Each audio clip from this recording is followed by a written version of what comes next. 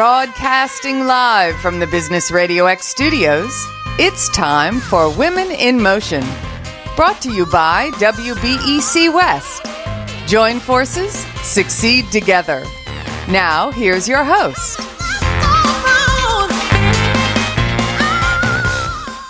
Lee Kantor here, another episode of Women in Motion, and this is going to be a good one. But before we get started, it's important to recognize our sponsor, WBEC-West. Without them, we couldn't be sharing these important stories.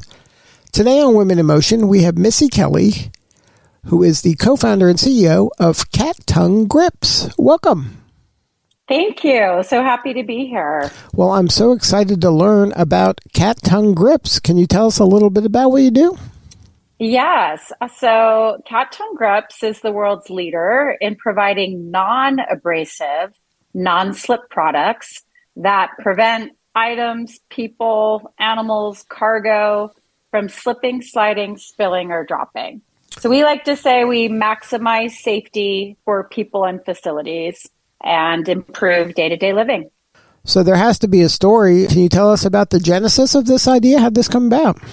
Of course, yes. So it happened in 2015 when my husband walked into a Verizon store to upgrade his phone, and he just noticed how slippery the back of the phone was. And he made a comment to the salesperson. She tried to sell him insurance, and not wanting another bill, the light bulb went off. And he went to a nearby skateboard store, literally cut out skateboard grip tape and slapped it on the back of his phone. And later on, I said to him, what do you have going on here? This feels like a cat tongue, and it's going to scratch every surface of the house if you can't have it. And so he challenged me to find something like it. We couldn't. So we decided to make it and sourced a manufacturer, went through about 18 months and 10 prototypes before we launched our first product, which was the phone grip. But then customers saying, hey, can I use this under furniture? Can I cut it and use it on slippery tools? We ended up putting our material, which we saw that was the true value, on a roll so that the customer can do anything that they desire with it to help them prevent items from slipping and sliding for themselves in bathtubs, showers. And now we have companies using the product in their warehouses or manufacturing facilities for safety. And we're even now selling into the U.S. Navy. So had you ever developed a product like this before? Because that seems like it has its own learning curve just doing that. Yeah, exactly. No, I like to say we are building the plane as we fly it. No, we've never developed a product. It's definitely been a topsy-turvy entrepreneurial road. However, all the different doors that have opened, opportunities, it's stepping through and walking into it and just being open to what's on the other side. So any advice for other people who have maybe an idea for a product like this? I mean, obviously not like this, but just a product in general. What is kind of some of the basic things you do to just get started to see if you can even make it come to life as a prototype? Right. Well, first of all, it's finding a manufacturer. So, someone, for us, it was finding a manufacturer that could produce a material for us. And that in itself took, time, energy, research. And I believe for us, it's always been that belief in there is a need that if my husband has this issue, other people do too. And then just being open because, we started as a phone grip and now our products have been to space.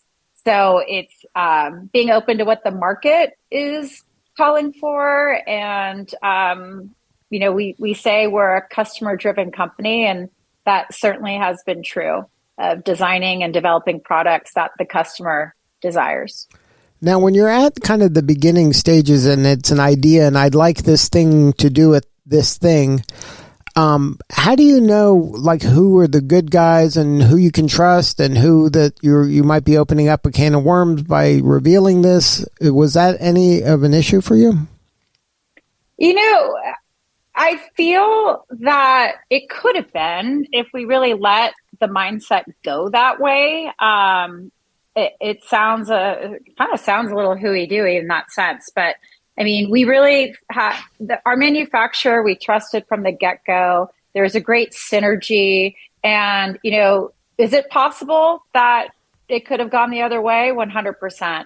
But I'm very thankful that, we built relationships over the last, 7 years. And fortunately, it's worked out for us.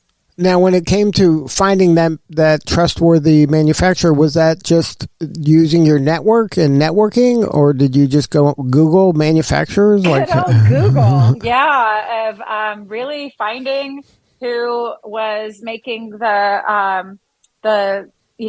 was in the space, right, for non-slip products, and going through and finding and chatting and researching and then having a meeting, and that meeting went really well, and they had never seen anything like it and hadn't been asked to make something like it. So it ended up being that, they got their scientists on it to make us a product, and here we are. It's an amazing story. Thank you. Thank you. Now, can you share a little bit about why it was important for you to become part of the WBEC-West community? Well, I knew from the beginning that being a woman-owned business would be important for us. And in the sense of that also is my husband and I started the company. However, he was still working his other job too. So for me, I knew I would be running it. And I actually had a good friend who was part of WeBank who told us that you should really look into being a woman-owned company. And I'm so glad I followed her advice, because truly having that WeBank certification has just been instrumental to the growth of our business. In what way? Just having, for one, the opportunity to connect with supplier diversity professionals that are your advocate behind the scenes with the larger corporations. It's how we are able to get into Walmart, to get into Lowe's, QVC. Companies are looking for diverse-owned businesses. It's part of many of their mandates. And fortunately, I mean, it doesn't get you in the door, but it gets you a seat at the table to be considered. And, you and the product or the service, has to stand on their own 2 feet and deliver. Now, one of the benefits of being part of the community is taking advantage of events like the WBEC-West 21st Annual Procurement Conference coming up in Nevada in September 17th through 19th. Have you been to any of these conferences before? I sure have. I haven't missed one of them since we started our company. And except for COVID, when there wasn't one, at least in person. So I love them. I think they're a great opportunity to network, to meet with supplier diversity professionals, and to really get insight into the world of supplier diversity, but also how it can help your business. Now, is there anything you've learned over the years, like compared to the first time you attended one of these, which I'm sure was kind of overwhelming the very first time, but now you're a veteran? Is there some do's and don'ts when it comes to getting the most out of these conferences? Well, I think with anything, it's what you put in, you're going to get out. And, is it putting yourself out there to walk up to a group of women you've never met before and introduce yourself? 100%. But that's something you have to do at conferences, and you never know the relationships that can come out of them. Some of my dear friends in business have come from WeBank conferences, and even the relationships I've built with the supplier diversity professionals. I always like to say that, the WeBank certification is not a guarantee. It's a marathon. It's not a sprint. It's a relationship business, right? So attending the conferences and being there so they can put a name with a face is integral to your success using your WeBank certification. Now, are there any things that are happening at the conference that are must-dos for you? Gosh, I love it all. I mean, last year I remember there was a guacamole making and tequila tasting, which was super fun. Or learning how to make the perfect margarita. Maybe that was it with the guacamole. That's really fun. Pamela and Dr. Pamela and Jamie Lemex do such a great job, and the whole WBEC-West team of creating really innovative, fun experiences for the Weebies to interact with the supplier diversity professionals, have fun, and start to build those relationships. Now, what about some advice when it comes to those more formal, like matchmaker, roundtable, those kind of things where you're in front of the people that can make a difference in your business? Is there some tips in that area? There's definitely an etiquette to that, especially when it's not just a one-on-one where there's more than one of you at the table. And I feel that being a good listener, having someone be the timekeeper so that everyone gets that fair few minutes that they can with the corporate is important. But also, as I mentioned, being that listener so that you never know. Yes, you may be trying to get that relationship started with the corporate to do business, but there may be a Weebie at that table that you could potentially be doing business with as well. So just being open to all of the different opportunities that present themselves at the conference. Do you find that a mistake some people make, maybe the new people, are that they kind of are too hungry for the sale instead of kind of in, like you said, for the long run in building the relationship where the sale will come down the road, maybe not this minute? Exactly. 100%. You never know, but I do feel that way. If you can go into the conference with a go-giver attitude of not really what's in it for me, but how I can support others, then I find that it's just going to come back to you 100-fold. Now, has there been, you mentioned some of the relationships you've made over the years. Is there any memorable moments for you in previous conferences? For me, I was asked to serve on a panel that was a manufacturing panel.